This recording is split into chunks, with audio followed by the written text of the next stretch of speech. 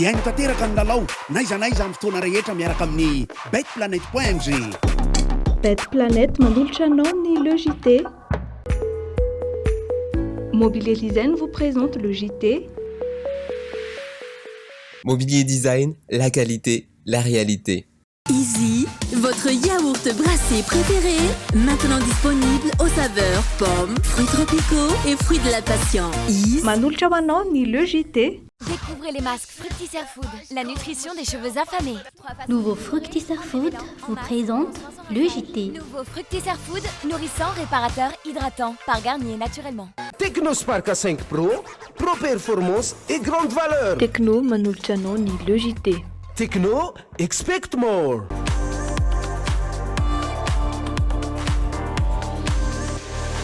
Luxor, le plaisir du confort. En termes de qualité ou de professionnalisme, je mise pour le CNAM. Le CNAM vous présente le JT. Apprendre au CNAM change votre vie. Yes, oui CNAM. Les dernières actualités avec le JT et la carte Visa Mvoul. La carte Visa Mvoul, une carte internationale, sans engagement, sans compte bancaire. Le monde entier accepte Mvoul.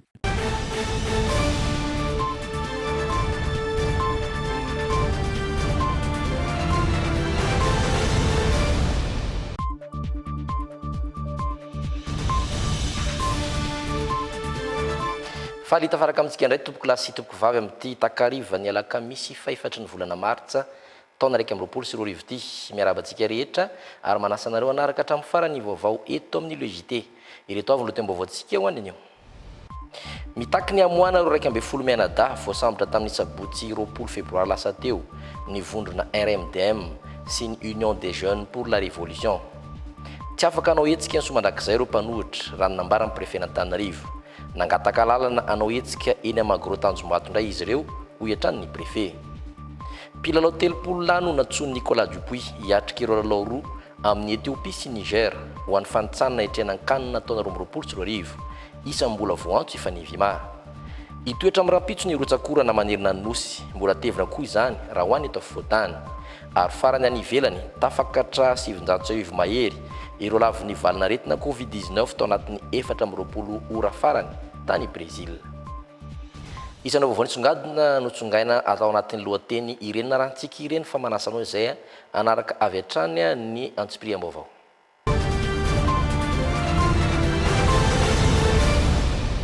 Ny pejy politika no anokafantsika ny fiarana ho any anio mitaky ny amoana ireo 12 Menada voasambotra tamin'ny sabotsy 20 Febroary lasa teo ny tanora ao anatin'ny vonona RMDM sy ny Union des Jeunes pour la Révolution.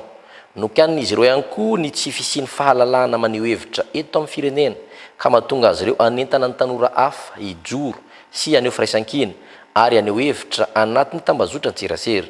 Nisy ny fanambarana natao momba izay teny Belair androany mitady zany amintsika miaro sorojravaka sy Dolphe Rakotoniana.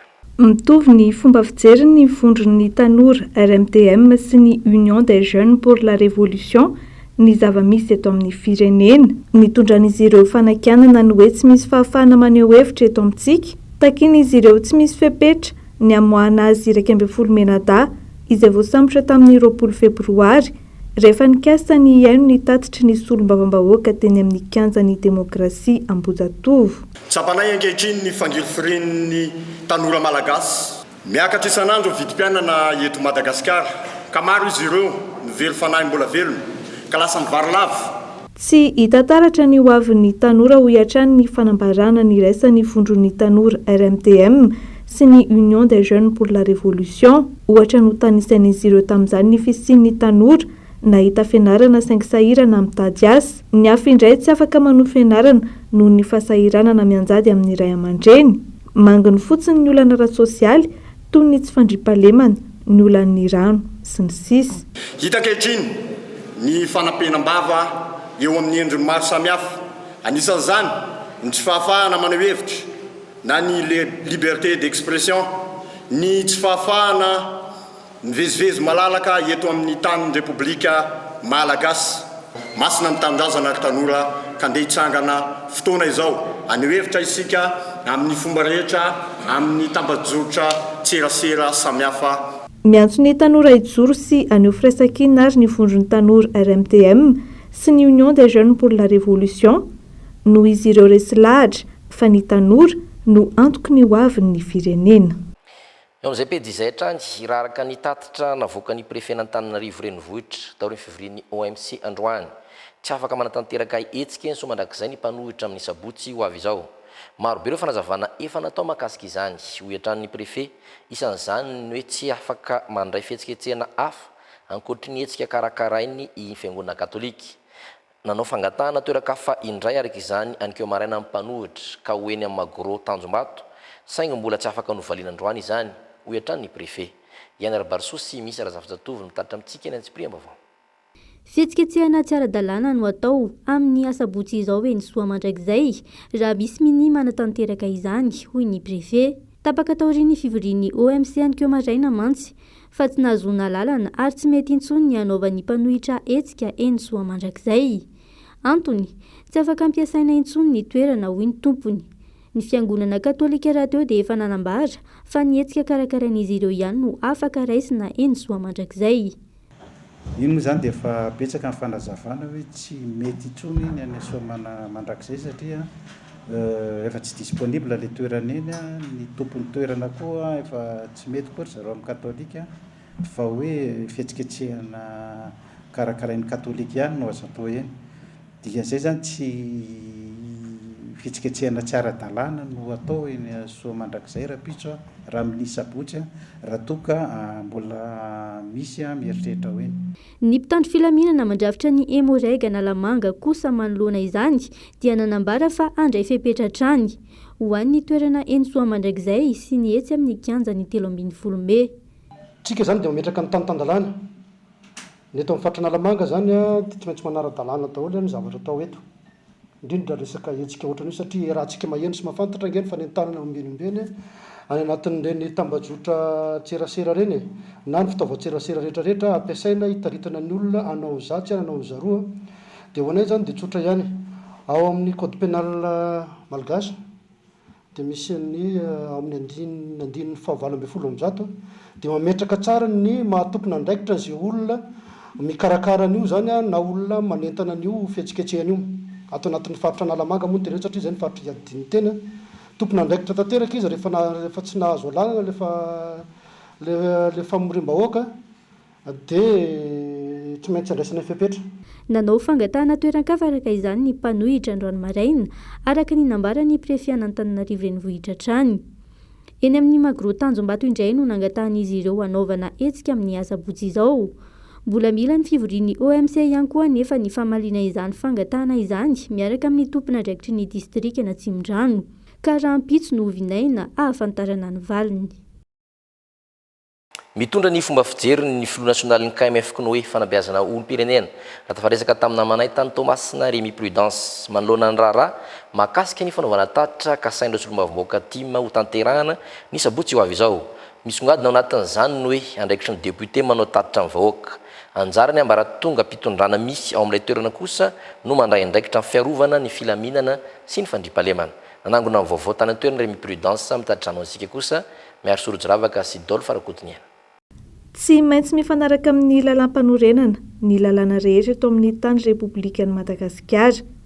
Voakasika izany ny andraikitry ny solombavam-bahoaka izay tsy maintsy manao tatitra amin'ny vahoakany.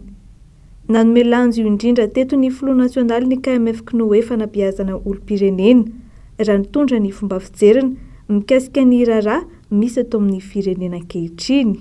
Alohan'ny andany lalàna dia tokony maka ny hevitry ny vahoaka ihany koa izy satria mahafantatra mialoha izy inona ny lahadinika amin'izany fivoriana na ara-potoana na tsy ara-potoana ataon'izany. Tokony mahazo ny hevitry ny vahoaka ihany koa izy fa tsy hoe mionona fotsiny amin'ilay hoe tsy maintsy manao tatitra. Nazavain'ny filoha nasionaly ny KMF Knoe hatrany fa anjaran'ireo solombavam-bahoaka no mampahafantatra amin'ny ambaratonga mpitondrana misy ao amin'ilay toerana. Izy ireo indray no manana zo andray andraikitra mifanandrify amin'ny fiarovana ny filaminana sy ny fandriampahalemana. Amin'ny ankapobeny tsy tokony misy zavatra ahiny. Fa io moa toy ny zavatra rehetra rehefa omenao lanja ny mpifanandrina aminao dia lasa manan-danja.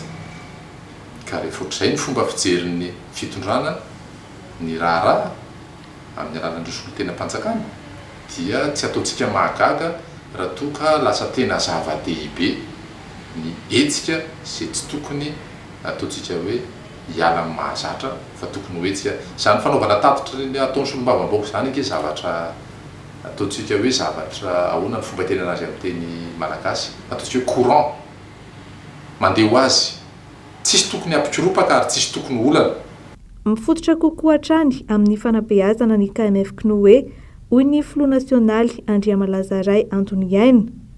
Amafisiny arak'izany ny antso an'ny olom-pirenena mba hiaina hatrany ny fitoniana miatrika ny raharaha misy eto amin'ny firenena.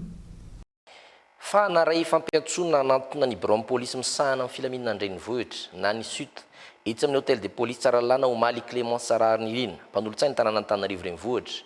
Fitorina mitory azy ayaina ho nanao trafic d'influence na fandokodinana saim-bahoaka efa fantatry Clément Sararnirina nefa fa ny fidina ny fotony na ampiroponina tena Alamahitsy izay narodany commune ny trano fivarotana no anton'izao fitorina azy izao. Nanambaraka izany ity farany fa vonona ny hiatrika ny fiantsoana rahampitso. Yanara Barsosy misy ranjafatotovo. Vonona ny hiatrika ny fanadihadiana izay atao azy eny amin'ny biron'ny filaminana an-drenivohitra hôtel de police Tsaralalana Rahampitso i Clément Sararnirina. Na ray fitoriana mantsy ity mpanolontsaina ny tanàn'Antananarivo renivohitra ity Omaly fa ayaina ho nanao trafic d'influence na fanodikodinana saim-bahoaka. Paresy le mbola mitady ihany hoe inona ny irika dia nitoriana fanirony ray fantelony miaraka amin'ny satria olona roa ray toriana le mpivady rava fananana nitoriana tsirairay le ramatoa toriana pour violation de domicile et démolition de biens zany hoe le fototra hitoriana zareo andre be ny tanàna any amin'ny parquet any zany no nanombinany dia nitoriana le ramatoa dia le rangahy toriana pour trafic d'influence. Inona daholo zany inona nefa le ao anatin'le trafic d'influence dia hoe ahoana no mahatonga an'io Clément Sararnirina teo tsy lojika mahatonga an'io teo fa ny karamenareo io menareo voly io tsy hoe azafady e miantso any teny amin'ny esplanade miantso any teo Analakely mbola miantso azy ao ny any amin'ny Koma fa misy problème koa izy miantso daholo sy olona manana problème amin'ny ataon'ny commune eto amin'ny Antananarivo ity tsy mbola naka nangataka na ny ariary azy ary tsy mbola nanao mihitsy hoe za mpanolontsaina ny tanàna tena izy ilay sanatry trafic d'influence ahoana moa satria dia nampitoviana zany ny fitoriana ny rangahy io sy ny tenako amin'izao fotoana izao. Nanamafy araka izany Clément Sararnirina fa ny fandraisany andraikitra tao anatin'ny raharaha fandrotanan'ny commune ny toeram-pivarotan'ny ponina teny Analamahitsy io no anton'izao hiampangana azy ho nanao trafic d'influence izao. Lava ny tanteraka nefa izany fiampangana izany satria ambarany fa rariny ny fanampiana nataony tamin'ireo ponina izay niantso azy amin'ny maha-mpanolontsaina ny tanàna ary ny fanaparam-pahefana nataony eo anivon'ny commune Antananarivo renivohitra.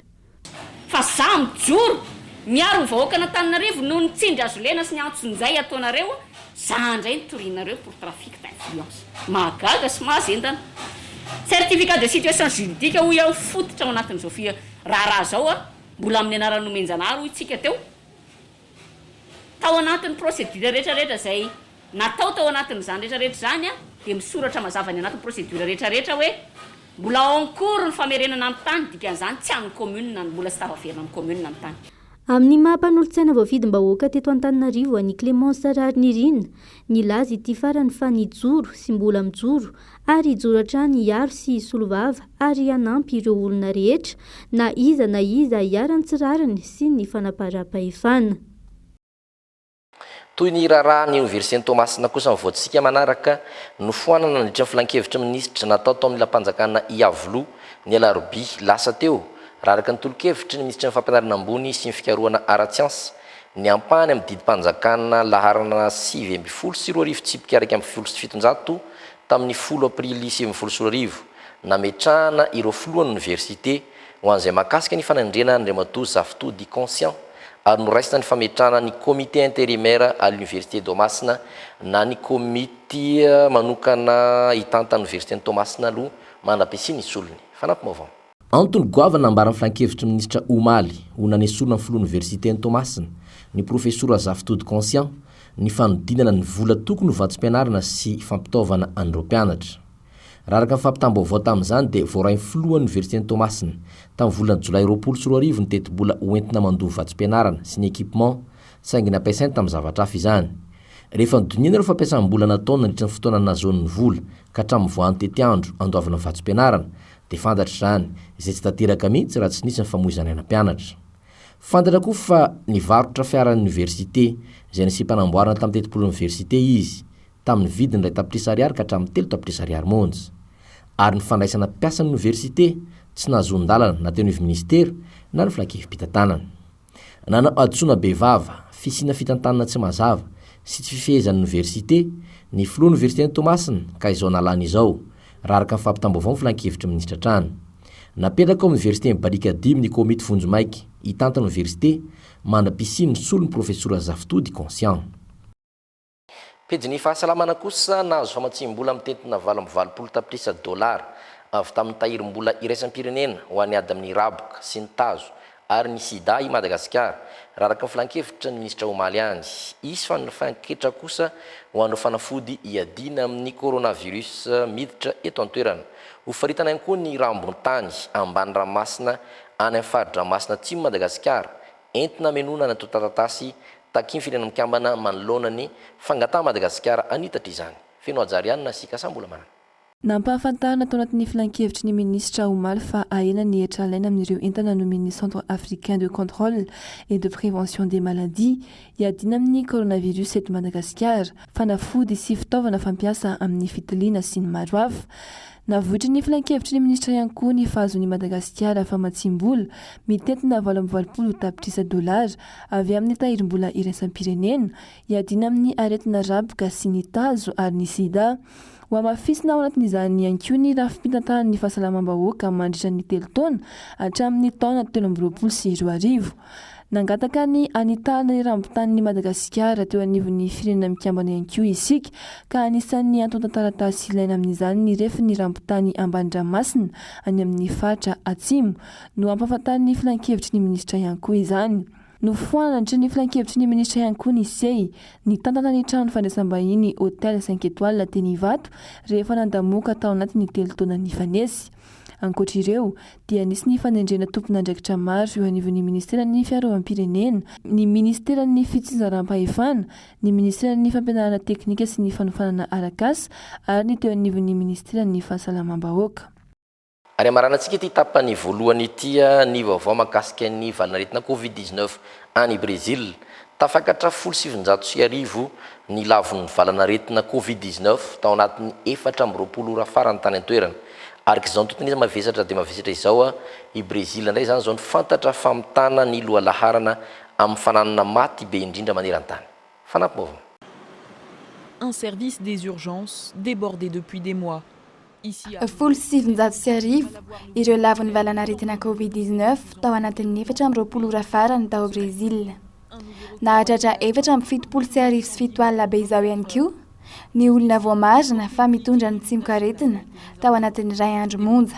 Araky ny nambaran'ny teo anivon'ny ministeran'ny fahasalamana, ity ny salanisa faharoa ratsy indrindra hatramin'izay nisian'ny valanaretina. Araky ny fantatra, sy mankasitraka ireo sakana maro ateraky ny amehana ara-pahasalamana ny flo brésiliana Jair Bolsonaro navela niverina amin'ny andavanandrom-piainany niponina. Nambarany fa ho fatiny hanohanana sy ny famoizam-po ireto farany raha mitoy ny fihibohana. Maro ny hevitra fa izany no antony nampirongatra ny valanaretina tahaka izao any an-toerana. Nanomboka tamin'ny volana janoary lasa teo no efa mandidina ny 1000 isan'andro ny matin'ny Covid-19. Na dia maro aza ny fireo marary sy lavo any an-toerana, mbola manano sarotra ny fomba iadina amin'ity valanaretina ity. Tsy mbola manana tetika iadina amin'ny Covid-19 manokana ny ao Brésil amin'izao. Vaksiny afarana avy any amin'ny firenenkafa hatreto no mbola ampiasaina. Parmi eux, 2 millions ont eu droit aux 2 injections. Anboatsika ny tapany faharoa kosa ny vaovaon'ny fanatanjahantena mpilalao telopolona no nantsony Nicolas Dupuy mba handrafitra ny Barea Madagasikara hiatrika ireo lalao roa farany amin'ny fanotsanana hiatrehana ny kanina 2024 eo amin'ny Etiopia sy fandona amin'ny Niger. Isany nantsona koa Ifanevima, kapiteny teo aloha saingy andrasana ny valiteniny. Fantatra koa fa naroso amin'ny alarobia 14 martsa ho avy izao ny lalao ifandona ny Etiopia sy ny Barea. Tato baovao eo amindrina tsara ny Doda Rajanjato. nanaitra maro avy hatrany ny nahare fanantsony Nicolas Dupuy iverina andrafitra amin'ny Barea Madagasikara ifanevima Andriatsima kapiteny Barea teo aloha zay efa nandeha nisotro ronono. Miandry ny fanapa-kevitry fanevimana efa izany raha mifanazavany Dupuy na ilalao na tsy dia tia mpanazatra ny Barea ho avy any Etiopia sy any Thomasina anoloanan'ny Niger ifanevima mba ho moral sy hitarika amin'ny fanohanana ara-tsaina andro mpilalao raraka ny fangataham-pilalao. J'ai eu une idée, il y a 3 semaines environ, que j'ai partagé l'idée avec mes joueurs cadres. Hein, et pour augmenter encore cette cohésion et pour montrer qu'on a du cœur et qu'on est une grande famille, j'ai décidé de convoquer Faneva. J'ai décidé de convoquer en plus de ce groupe Faneva. Il ne le sait pas encore, donc j'attends sa réponse. Les cadres sont tous unanimes et ils m'ont dit « Super coach, c'est une très bonne idée ». Faneva ne le sait pas encore, mais pourquoi je fais ça? Pour exactement la même idée que ce que je viens de vous dire. Les Barea, c'est une famille, on a du cœur, on a l'esprit, on est soudés, on est ensemble. Personne est à la marge et j'ai besoin de lui au niveau sportif. On a besoin de lui au niveau sportif, même si les autres sont très bons. Peut-être il jouera, peut-être pas. Et on a besoin de lui au niveau mental aussi. Parce que c'est le grand frère de tous ces petits locaux qui sont là d'une part, et ensuite, bon, c'est quelqu'un qui me tient à cœur, et vous le savez, comme tous les autres, mais on veut montrer au travers de ce que je fais là, de cette convocation, qu'on a un groupe très très très soudé, et que même s'il y a des choses qui vont contre nous, on veut montrer qu'on est ensemble. Voilà, donc je le convoque, et puis on attend sa réponse. Voilà. Thomas Fontaine, ao anaty listy Jeremy Morel na dia mbola maratra koa azy. Toraka izany bolida izay efa bolana izay tsy niakatra kianja taoriny ratra ny loalika nanjoa azy tamin'ny lomandroso ny Elefanta Ivoriana sy ny Barea. Tsy ao anaty listy ihany koa Ery Bastien izay raraka fanazavany Dupuy dia mety havita zavatra tsara no izy idody irakiraka voan'ny Jetkintana izay samby mivoantso Barea. Ao anaty listy ihany koa Itsito mpiara-milalao aminy ao amin'ny Jetkintana. Ankoatr'ireo dia isan'ireo mpilalao avy eto an-toerana nantsona Théodin, Foussa Junior, Yando, LGCO+, Lalaina, CS Discipla FC, Perajo, Vodilara, Nikosfa. Mbola tafaverina koa Inina, mpiandry Tsatokazy ny Aisadema. Tafaverina anaty listra ihany koa Dabo Ibrahim. Nantsona ihany koa Njiva na dia tsy manana club azy amin'izao fotoana. Njiva, il n'y a que Njiva. Il n'y a que Njiva qui n'a pas de club aujourd'hui. Et pourquoi est-ce que je l'appelle Njiva? Parce que d'abord, c'est lui, rappelons-nous, qui a marqué le but décisif contre la Guinée équatoriale quelques années, et je sais qu'il s'entraîne très dur, et je l'ai souvent au téléphone ou en message. Voilà. Mais c'est le seul qui n'a pas de club.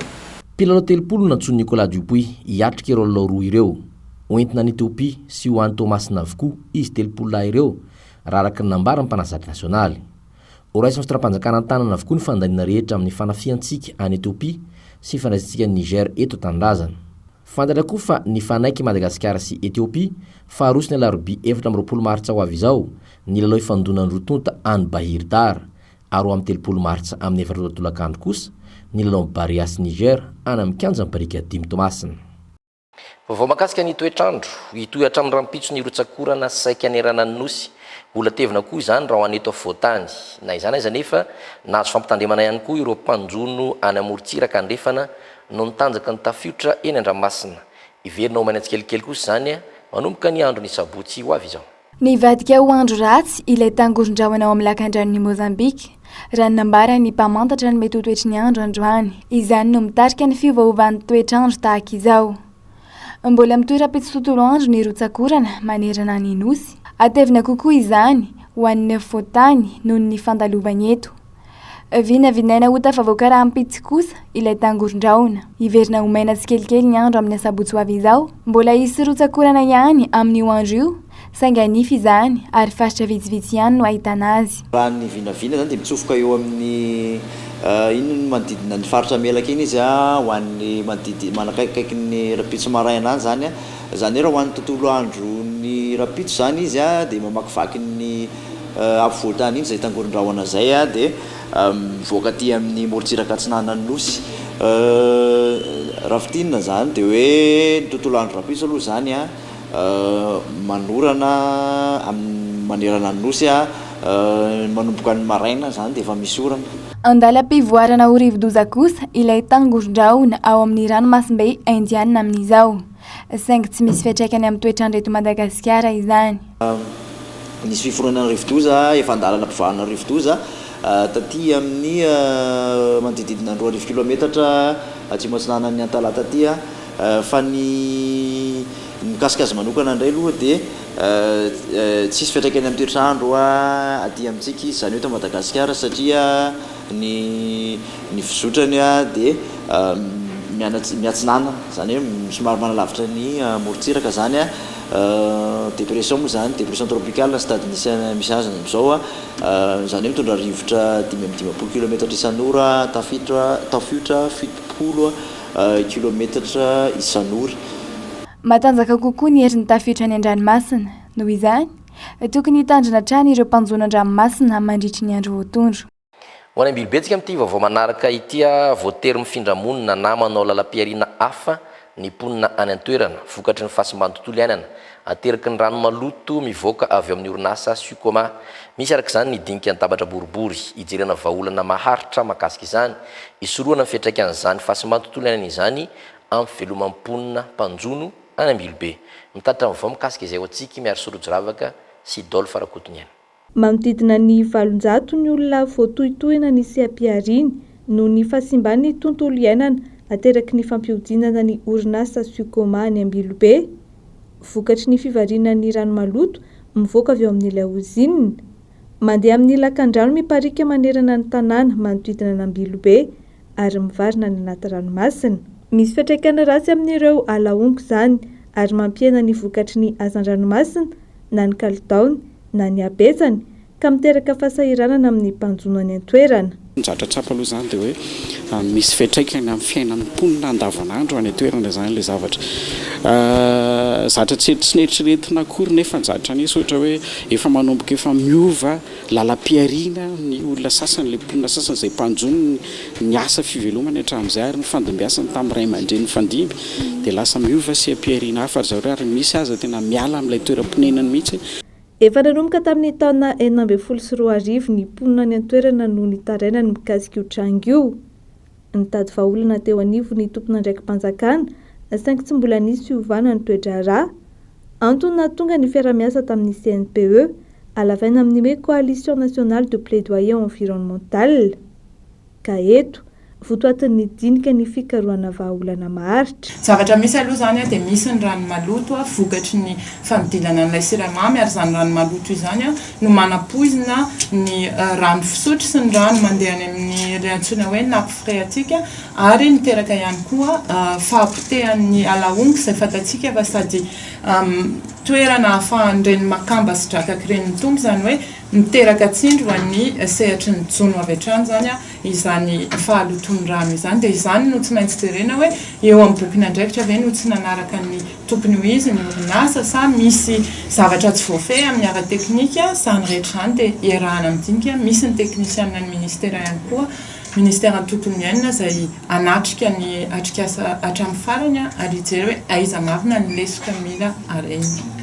Andrasana ivoaka aorian'izao dinika andatabatra boribory izao ny fepetra ho raisin'ny fanjakana sy ny fepetra ho raisin'ny orinasa Sucoma.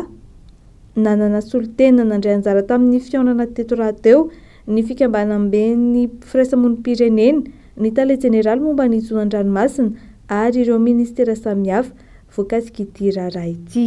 Avy tany Ambilobentsika dia ho any Maroantsetra indray ny 3 Martsa lasa teo dia lehilahy roa no voasambotry ny polisy miasa amin'ny komisaria central any an-toerana no ny resaka fanafina amin'ny tapedina vokatry ny angom-baovao nomeny olon-tsotra tady baovao polisy pirenena eo amin'ny lindatsara ny Doda Rajarinjato no mitondra ho antsika ny Antsipriana zany. Nisy olona tonga tao amin'ny postry ny polisy Maroantsetra ary nilaza fa misy andehan'olona mirongo fitaopedina tombasy ao amina tokantrano iray amin'ny fokotany Androkaroka any an-toerana. Raha voanary izany ireo polisy dia nidina avy hatrany nijery zava-misy. Tsy tratra tao ireo andiany jiolahy fa lasa nandositra. Natao avy hatrany fanarandi ka tratran'ny jiolahy iray rehefa mifanenjehana tany an-tanambao. Namoaka basy vita gasy izy nandry mifanenjehana ary saika hitifitra amin'ny polisy ka voatery nampiasa hery reto farany. Vokany voto eo amin'ny feny ilay jiolahy. Nitofika roa natao amin'ny polisy ka hatrateka ny jiolahy faharoa izay niafy natao Lapointe tany anatina fiaran'olona. mbola natrarina basy fitagasy iray hafa miaraka amina bala calibre 12 koa ity farany izay nampiasaina indrindra fanafiany. Nitry ny fanadidina natao no nafantarina fa jolahy miisa 4 izy ireo no nanao fanafiana ny 3 martsa lasa teo. Mitoetra ny fikaroam-polisy ireo namany ireto efatratra ireto. Pejy sosialy kosa ireto vaovao manaraka ireto hiara-ny fanarotana ranofo na ny lahy na ny vavy eto Madagasikara ankehitriny. Na mila afatra ho an'ireo mini manao izany ny mpianatry ny lycée Jean Joseph Rabearvelo. Nandritry ny fanentanana sy fampafantarana azy ireo manoloana ny herisetra ranofo. Tokony masamy toroka ny ankizy entina mongorana ity filana ratsy ity raha arik'ity angom-baovao ny feno ajarianina sy kasambola manana ity. Ny toetsaina no tokony ovaina ho ireo mpianatra manoloana ireo trangana abibiana ranofo atao amin'ny ankizy, tanora, lahy na vavy, maneho ny fahatezeran'izy ireo ity takela fanehoan-kevitra natao teo amin'ny lycée Jean Joseph Rabearvelo ity, afaka nanoratra afatra ho an'ireo mpanao herisetra izy ireo. Amin'izao moa zany tena betsaka le herisetra mandeha ny fanolanana, betsaka manerana ny tanàna. Dia ny tena mahavoan'ilay izy zany resaka toe-tsaina eo amin'ilay olona manao an'ilay izy. Tsy hoe teren'ilay filany ve izy sa hoe ahoana mahatonga anazy manao an'izay satria betsaka loatra. Tsy mifidy intsony izy zany na lehilahy na vehivavy na zaza na ohatr'izay fa efa betsaka loatra ny fanolanana ataon'ny zareo. Dia ahoana ny fahitanao an'izay, mety ve sa tsy mety? Tsy mety mihitsy ilay izy satria tena manimbana raha isika ohatra hoe ny ankizy kely dia olanao dia efa simba zany ny aveniran'ilay ankizy tena potika satria dia ho simba sady izy nefa zava zaza kely. Mahasany mitoroka ve ianao raha mahita tranga tahaka izay? Mahasa ohatra hoe mahita zao dia maharaisina ny andraikitra hoe miteny amin'ny olona lehibe na ohatr'izay. Mahasazava avy anahy dia tena hoe marary zany. Dia tsy voatery hoe sazavavy ihany koa no ianjadin'ny herisetra. Dia marobe nefa ny marobe ry zareo tsy miteny fa mitenena raha sendra ny herisetra nareo mitenena dia ny manodidina izany manasa anareo tsy za fa izahay manasa anareo izahay fa olombelona izy ireny no fo mandra manana fo dia mba manana fo koa nareo satria raha ianjadin'ny herisetra ny tenanareo raha so amin'ny tenanareo hoe olombelona nareo marary nareo raha atao an'izany. Okizay ny fahabibiana, okizay ny herisetra. Voalohany indrindra miteny mitoroka dia miantso ny 813. Ampianarana hiaro-tena ireo mpianatra ireo na ampafantarina azy ireo ny antotan-kevitra tokony ho fantatra mahakasika izany mba ahay hisoroka ny loza. Maro karazana ireo endrika herisetra aranofo hita eto Madagasikara izay niroborobo tamin'ny fotoanan'ny fihibohana. Ny fanarotana mamafady moa zany dia miseho amin'ny endrika anaky 3. Ny voalohany dia ny fivarotan-tenan'ny ankizy na ny fampivarotan-tenan'ny ankizy anankiray, dia ny faharoa fivarotan-tenan'ny ankizy ihany fa mety ho mpanararoatra na ilay mpanjifan'ilay ankizy dia mpandalo na mpizahatany, izany hoe dans le tourisme et le voyage. Dia ny manaraka moa zany fanararotana mamafady ny ankizy amin'ny alalan'ny internet izay ny ankamaroan'ny ankizy tsy mahatsapa hoe voararoatra izy ao anatin'ny tambazotra serasera io, fa izay ihany koa zany no anisan'ny antony nahatongavanay hoe sy ny safidiananay hoe lycée no nanatanterahana letsika mba hiconscientisena ny ankizy tsirairay avy hoe endrikana fanararotana mamafady amin'ny ankizy ny fangatahana sary miboridana sy fandefasana sary miboridana ihany koa any amin'ny ankizy. Ary ny farany dia ny famarinana ankizy, izany hoe ny fakana ny ankizy anankiray amin'ny toerana anankiray afindra amina toerana iray andeha hiasa dia tonga any izy dia tsy le asa nampanantenana anazy no ataony fa voararoatra izy ara-pananahana, izany hoe traite des enfants à des fins sexuelles zany. Azon'ny ankizy sy ny tanora ataony mitoroka mivantana amin'ny ray aman-dreny raha sendra fanararotana na ihany koa miantso ireo lalana maitso ahafahana mandaza izany. Andro maneran-tany hiadina amin'ny fanarotana mamafady ny ankizy ny 4 martsa ka nisy ny fanentanana ataon'ny Ecpat France Madagasikara teto amin'ny lycée Jean Joseph Rabearvelo androany. Manana ny lanjany ny vehivavy eo amin'ny sehatry ny fampandrosoana amin'ny firenena indrindra amin'ny lafiny sosialy sy ny kolotsaina omena sehatra amin'ny androny vehivavy ny valomaritra ho avy izao ny akanto ny fomba fitafy malagasy mampiavaka amin'ny faritany enina mba tsy ho adinoana mijoro amin'ny fankatiavana ny vehivavy raha araka ireo fikambanam-behivavy maro ivondrona ifametanana ho an'ireo sahirana feno ajarianina sika sambola manana mijoro amin'ny fampandrosoana ny firenena ny fikambanam-behivavy eto Madagasikara mampiroborobo ny fandraisan'ny vehivavy anjara eo amin'ny sehatra maro toy ny fiarovana ny tontolo iainana sy ny fampiroboroboana ny kolotsaina amin'izao fety ny vehivavy ho avy izao fomba iray anamarian'izy ireo izany ny filatrona maneho ny kolotsaina malagasy ka omena lanja amin'izany ny fitafy nentim-paharazan'ny vehivavy dia amin'ilay anarany fihavanana zany dia amin'ny lahady io andray amin'ny latsinainy io izy défilé de mode ny enina faritra enina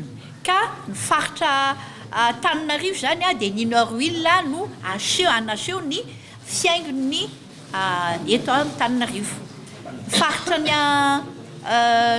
Fianarantsoa dia ny Sor Optimiste Mandrosoa no anaseho ny fiaingon'ny Betsileo ny Wednesday Morning Group kosa dia anaseho ny fiaingon'ny Diego Sorez ny Sor Optimiste Doyen zany dia anaseho ny fiaingon'ny Tuléar ary ny Nord-Ouil dia anaseho ny fiaingon'ny Tananarivo dia GAM zany anaseho ny fiaingon'ny Majunga. Isehatra eo amin'ny hetsika ara-tsosialy ity vondrom-behivavy ahitana fikambanana maro ity izy ny tonontanana ho an'ireo sahirana ho tanteraina amin'ny ho andron'ny vehivavy eo ihany. Any Mahajanga kosa notokanana omaly ilay trano fitahirizana sy fikarakarana ireo trondro mba ho lasa sakafo nandriny fitidimparitra izay nataony vadin'ny filoham-pirenena Mialy Rajoelina tany an-toerana nisin'izany natolotra ho an'ireo fikambanam-behivavy mpanjono any Mahajanga io fotodrafitrasa io mba ahafana manampy ireo vavy mampandroso ny asa fitadiavany angobaovao ny Eriko Sambatra izay tateriny Yanara Barso sy misy Razafinjatovo.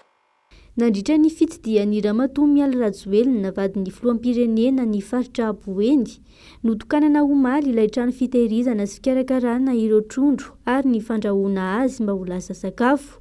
Taorian'izay dia natolotra ho an'ireo fikambanam-behivavy mpanjono any Mahajanga io fotodrafitrasa io mba ahafahan'izy ireo manatsara ny antom-pivelomany.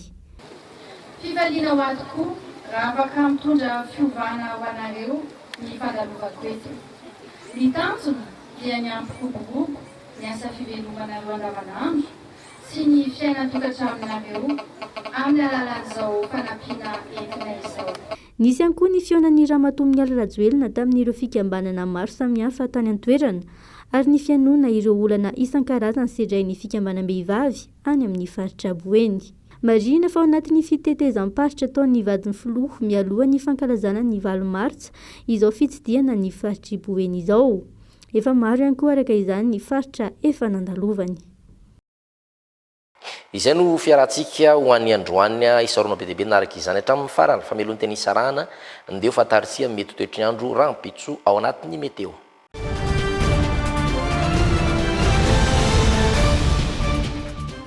Saika anorana avokoa ny faritra rehetra manerana amin'nosy raha araka ny efa voalaza teo ampiandohana teo ho any faritany Antsirana zao ny faritry dia norambaratra raha ny voalaza sy vovinavina ho any rampitso isy orana manify kosa ny faritry Sava izay fandimby amin'ny raona sy ny masoandro ny tontolo andro ho any faritany Mahajanga kosa dia anorambaratra avokoa ireo faritra efatra Boeny, Melaky, Sofia ary Betsiboka andidina ny 4 degré Celsius hatramin'ny 5 degré Celsius maripana any an-toerana ka ny any Boeny no afana indrindra. Ho an'ny faritany Tomasina anorana ny any amin'ny Fatrinalanjorofo anorana saingisy masoandro tsindraindray koa ny any amin'ny faritra loatra Mangoro sy Antsinanana 20 degré Celsius maripana voavinavina mombany indrindra any loatra Mangoro sy any Antsinanana. Ho antsika eto faritany Antananarivo dia anorambaratra ny faritra Analamanga ny Takariva izay sy orana tontolon'ny andro anorana ihany koa ny amin'ny faritra Bongolava sy Tasy ary Vakinankaratra 17 degré Celsius maripana ambany indrindra ho any eto Analamanga sy Vakinankaratra. Ho an'ny faritany ny Fianarantsoa dia ahitana orana ny amin'ny faritra Moromany sy Matsiatra Ambony ary Orombe sy Vatovavy Fitovinany hatrany atsimo atsinanana izany. Anodidina ny 7 degré celsius hatramin'ny 2 degré celsius maripana voavinavina amin'ireo faritra ireo. Ary ny farafaritany Toliary dia ahitana orana ny amin'ny faritry Androy, Anosy, Menabe ary Atsimo Andrefana. Orana izay fandimby amin'ny masoandro tsindraindray. 7 degré celsius maripana ambony indrindra voavinavina any amin'ny faritra Androy sy Atsimo Andrefana. Tapitreto ny fiarahanay aminareo ho an'ny androany fanomezana fotoana ho an'ny rampitso indray mahitraka manam-peo ary izay tompoko lahy sy tompoko vavy.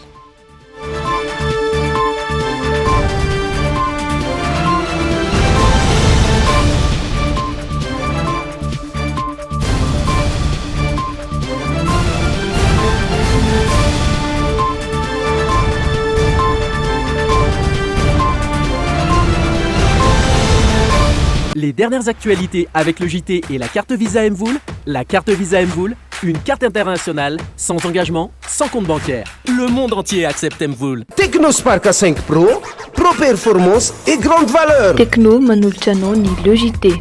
Techno, expect more.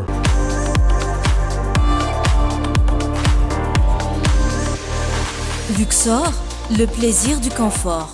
En termes de qualité ou de professionnalisme, je mise pour le CNAM. CNAM vous a présenté le JT. Apprendre CNAM change votre vie. Yes, oui CNAM. Nouveau Fructisser Food, shampoing et démêlant à 98% d'ingrédients d'origine naturelle. Nouveau Fructisser Food vous a présenté le JT. Nouveau Fructisser Food, nourrissant, réparateur, hydratant. Par Garnier, naturellement. Mobilier Design vous a présenté le JT. Mobilier Design, la qualité, la réalité. Easy, votre yaourt brassé préféré, maintenant disponible aux saveurs pommes, fruits tropicaux et fruits de la passion. Nanolotra ho anao teo ny le JT. Iaino tanteraka ny lalao naiza amin'ny fotoana rehetra miaraka amin'ny betplanet.mg. Bet Planet nanolotra anao teo ny le JT.